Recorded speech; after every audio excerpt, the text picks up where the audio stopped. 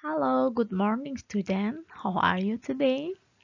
Jumpa lagi kita dalam pembelajaran tematik pada hari ini.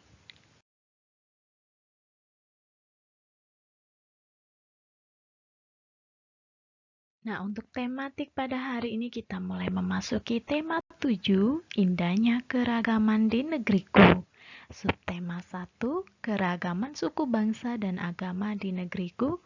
Nah, untuk pembelajarannya yaitu pembelajaran 1 dan 2. Kompetensi dasar kita pada hari ini yaitu KD 3.7 menggali pengetahuan baru yang terdapat pada teks. Kemudian KD 3.3 mengidentifikasi macam-macam gaya, antara lain gaya otot, gaya listrik, gaya magnet, gaya gravitasi, dan gaya gesekan. Kemudian yang terakhir KD 3.2 mengetahui tanda tempo dan tinggi rendah nada. Tujuan pembelajaran yang harus kita capai pada hari ini yang pertama, setelah mencermati teks bacaan yang disajikan, siswa mampu menemukan informasi tentang suku bangsa di Indonesia dengan benar. Yang kedua, siswa mampu menjelaskan dan menuliskan pokok pikiran setiap paragraf dalam bacaan dengan benar. Yang ketiga, setelah melakukan percobaan, siswa mampu menjelaskan pengertian gaya dengan tepat.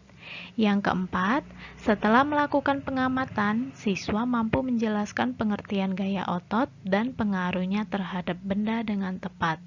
Yang kelima, setelah menyanyikan lagu Apuse, siswa mampu menemukan naik turunnya nada pada lagu Apuse dengan tepat.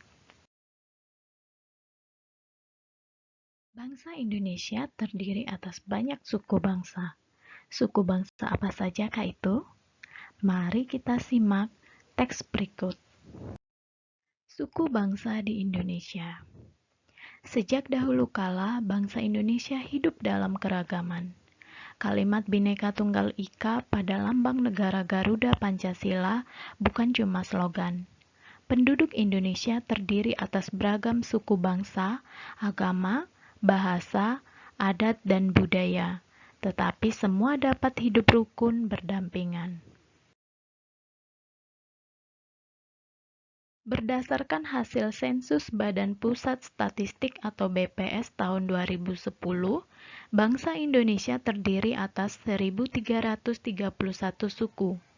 Berdasarkan sensus itu pula, suku bangsa terbesar adalah suku Jawa, yang meliputi 40,2% dari penduduk Indonesia. Suku Jawa ini merupakan gabungan dari suku-suku bangsa di Pulau Jawa, yaitu Jawa, Osing, Tengger, Samin, Bawean, Naga, dan suku-suku lainnya. Suku yang paling sedikit jumlahnya adalah suku Nias, dengan jumlah 1.041.925 jiwa, atau hanya 0,44% dari jumlah penduduk Indonesia. Namun, suku-suku Papua yang terdiri atas 466 suku, jumlahnya hanya 2.693.630 jiwa, atau 1,14% dari jumlah penduduk Indonesia. Sedangkan etnis Tionghoa jumlahnya 2.832.510 jiwa, atau 1,2% penduduk Indonesia. Dari bacaan tersebut, kita temukan beberapa kata-kata sulit. Di antaranya, ada kata Bhinneka Tunggal Ika. Bhinneka Tunggal Ika memiliki arti walaupun berbeda-beda tetapi tetap satu jua. Lalu ada kata sensus. Kata sensus ini memiliki arti penghitungan jumlah penduduk, ekonomi, dan sebagainya yang dilakukan oleh pemerintah dalam jangka waktu tertentu. Kemudian ada kata etnis. Etnis ini berarti suku bangsa. Lalu ada kata slogan, yang artinya yaitu perkataan atau kalimat pendek yang menarik dan mudah diingat untuk menjelaskan tujuan suatu ideologi golongan, organisasi, partai politik, dan sebagainya. Bacaan tersebut terdiri atas 2 paragraf. Ingat ya, dalam setiap paragraf itu terdapat 1 pokok pikiran. Sehingga bacaan tersebut memiliki 2 pokok pikiran. Kita temukan pokok pikiran masing-masing paragraf. Untuk paragraf pertama, pokok pikiran paragraf pertama ini terdapat di awal paragraf, yaitu Indonesia memiliki beraneka ragam suku, budaya, dan agama, namun tetap selalu hidup rukun seperti kalimat Bhinneka Tunggal Ika yang terdapat pada lambang burung Garuda. Berikutnya untuk pokok pikiran paragraf kedua. Ya, kita amati lagi untuk paragraf kedua. Pokok pikiran paragraf kedua ini ada di awal paragraf ya. Bangsa Indonesia terdiri atas 1331 suku, membuktikan bahwa negara Indonesia beraneka ragam. Cara menentukan pokok pikiran pada paragraf sebagai berikut. 1. Membaca seluruh kalimat dalam paragraf. 2. Menandai kalimat awal, kalimat akhir, atau kalimat awal dan kalimat akhir paragraf. 3. Menandai pikiran pokok yang terdapat di awal, akhir, atau awal dan akhir pada paragraf. Indonesia terdiri atas ribuan suku bangsa yang tersebar di berbagai daerah. Suku bangsa apa yang ada di daerahmu? Salah satu suku bangsa di Indonesia adalah suku bangsa Papua. Suku bangsa Papua mayoritas tinggal di Pulau Papua. Ayo mengenal salah satu lagu dari Papua. Salah satu lagu terkenal dari Papua adalah Apuse. Lirik lagu Apuse menceritakan kisah perpisahan seseorang dengan kakek dan neneknya. Si cucu ini akan merantau ke negeri seberang. Perhatikan notasi lagu Apuse berikut.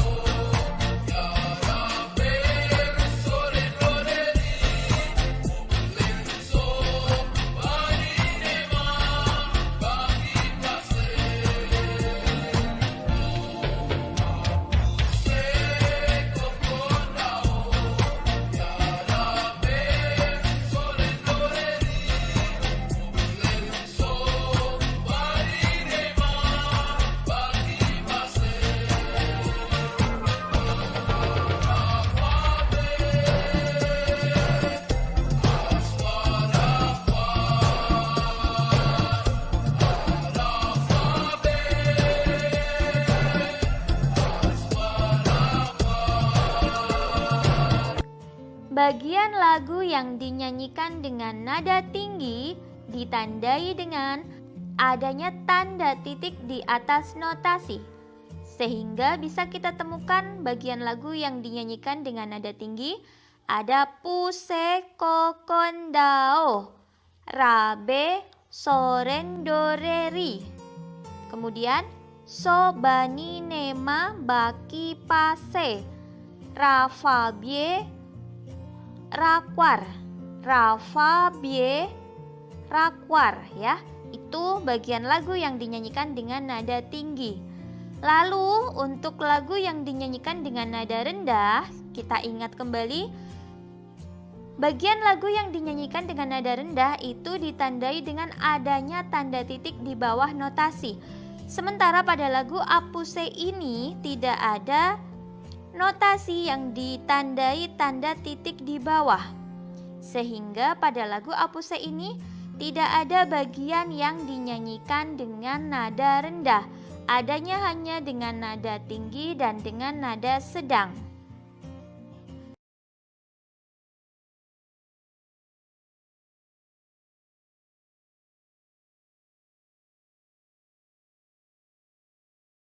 perhatikan gambar bendi, pedati sapi, dan pedati kerbau.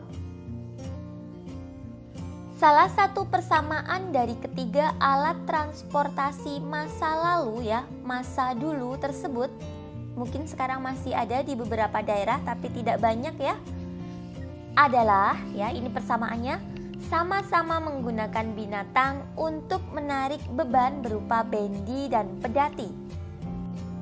Saat kuda menarik bendi, maka bendi akan bergerak ke arah kuda. Begitu juga saat kerbau dan sapi menarik pedati, maka pedati akan bergerak ke arah kerbau atau sapi. Nah, sekarang coba kamu lakukan kegiatan berikut. 1. Dorong meja belajarmu pelan-pelan hingga bergeser sedikit, lalu tarik ke posisi semula. Atau dengan kegiatan yang kedua, angkat tas sekolahmu, lalu letakkan lagi ke posisi semula. Atau dengan kegiatan yang ketiga berikut, ambil selembar kertas tak terpakai, lalu lipat atau remaslah kertas tersebut. Nah, aktivitas-aktivitas yang kamu lakukan tersebut berpengaruh terhadap benda, dan benda-benda tersebut mendapatkan perlakuan. Seperti ketika kamu mendorong atau menarik meja. Meja tersebut mendapat perlakuan, yaitu meja menjadi bergeser. Kemudian ketika kamu mengangkat atau meletakkan tas belajarmu, yang menyebabkan tas tersebut berpindah posisi atau berpindah tempat. Kemudian ketika kamu melipat atau meremas kertas, kertas tersebut mendapat perlakuan, yaitu kertas berubah bentuk. Nah, aktivitas yang telah kamu lakukan terhadap meja atau tas sekolahmu atau kertas tadi, ini membuat benda-benda tersebut mengalami perpindahan tempat ataupun berubah bentuk. Nah, perpindahan tempat ataupun perubahan bentuk yang disebabkan oleh aktivitasmu tadi, ini disebut gaya. Lalu, apa yang dimaksud dengan gaya itu? Nah, gaya adalah dorongan atau tarikan yang dapat menyebabkan benda bergerak atau berubah bentuk.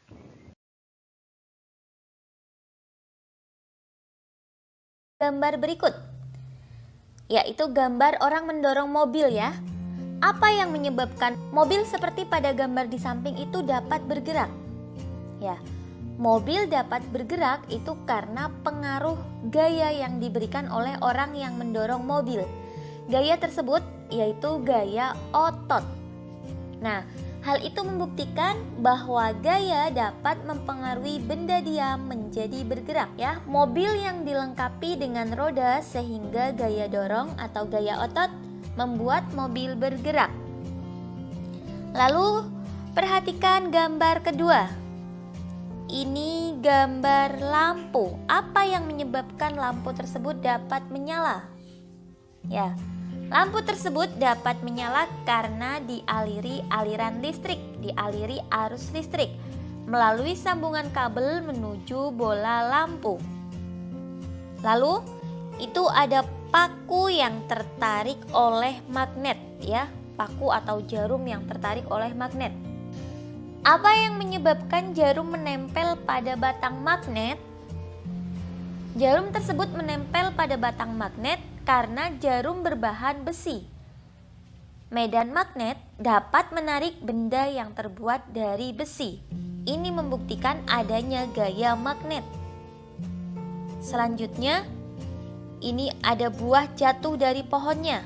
Apa penyebabnya? Kenapa buah jatuh dari pohon itu jatuhnya ke bawah, tidak ke atas? Nah, ini karena saat buah sudah mengalami kematangan, buah akan lepas dari rantingnya, lalu akan tertarik oleh gaya gravitasi bumi sehingga buah tersebut jatuh ke bawah. Lalu yang berikutnya, apa yang menyebabkan kursi seperti pada gambar tersebut kursi dapat berpindah.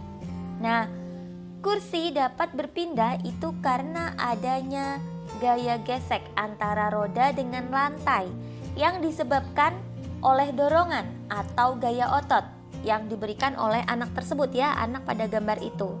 Dari uraian tersebut dapat kita simpulkan bahwa gaya mempunyai banyak jenis sesuai dengan sumber yang melakukan gaya. Apa saja jenisnya? Jenisnya yaitu ada gaya otot, gaya listrik, gaya magnet, gaya gravitasi, dan gaya gesek. Perhatikan contoh kegiatan seperti pada gambar berikut. Gambar tersebut adalah gambar contoh-contoh kegiatan atau aktivitas yang menggunakan gaya otot. Ya, dari situ dapat kita temukan pengertian untuk gaya otot, yaitu gaya yang dilakukan oleh otot atau suatu energi yang dihasilkan dari otot. Perhatikan untuk gambar pertama. Itu gambar anak-anak sedang bermain tarik tambang, ya. Tarikan kuat yang dihasilkan oleh para pemain tarik tambang diakibatkan adanya gaya otot yang bekerja pada organ tubuh, bagian tangan dan kaki, sehingga dalam permainan tarik tambang, kekuatan tarikan sangat menentukan kemenangan. Berikutnya perhatikan gambar kedua. Itu gambar pengrajin gerabah sedang membuat gerabah. Nah, pada gambar tersebut menunjukkan bahwa gaya otot yang dihasilkan oleh pengrajin gerabah digunakan untuk membuat bentuk yang diinginkan. Sehingga di situ kita juga dapat menyimpulkan bahwa gaya otot dapat merubah bentuk benda. Selanjutnya, pada gambar ketiga,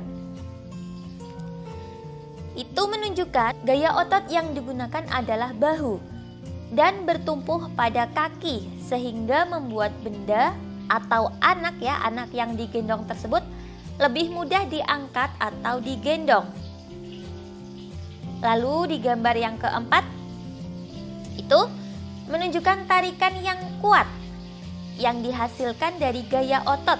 Gaya ototnya ini gaya otot kerbau saat menarik pedati sehingga pedati bergerak mengikuti arah kerbau. Nah, anak-anak, kita sudah mencapai akhir dari pembelajaran kita. Untuk anak-anak semuanya, selamat belajar, tetap semangat. God bless you.